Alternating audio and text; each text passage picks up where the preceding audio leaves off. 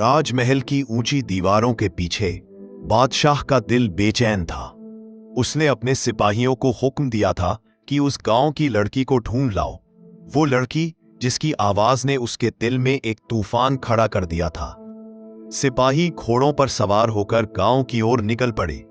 सूरज उग रहा था, रास्ते में धूल उड़ रही थी और हवा में एक अजीब सी खामोशी थी। लेकिन सफर आसान नहीं था।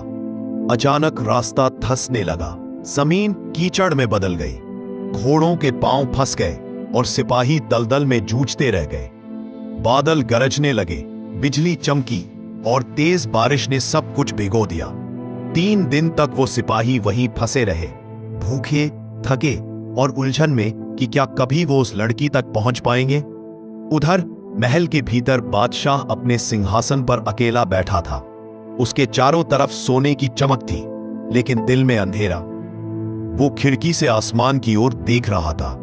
उसके जहन में बस एक ही ख्याल घूम रहा था, काश वो समझ पाती कि एक बादशाह भी मोहब्बत में पागल हो सकता है।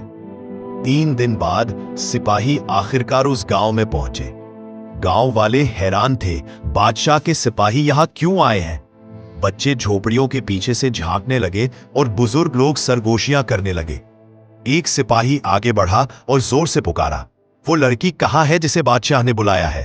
थोड़ी देर की खामोशी के बाद एक छोटी सी झोपड़ी का पर्दा हिला और वो लड़की बाहर आई। उसके चेहरे पर मासूमियत थी, लेकिन आंखों में डर और हैरानी झलक रही थी।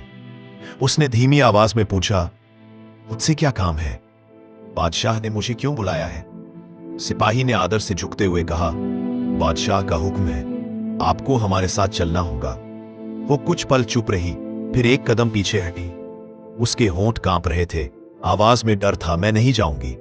मुझे नहीं पता बादशाह मुझे क्यों बुला रहे हैं। गांव वाले खामोश खड़े रहे। हवा में तनाव और अनजाना डर तैरने लगा। सिपाही एक दूसरे की तरफ देखने, समझ नहीं पाए कि क्या करें। दूर महल में बादशाह अब भी उसका इंतजार कर रहा था, दिल में सिर्फ एक सोच, क्या वो आएगी?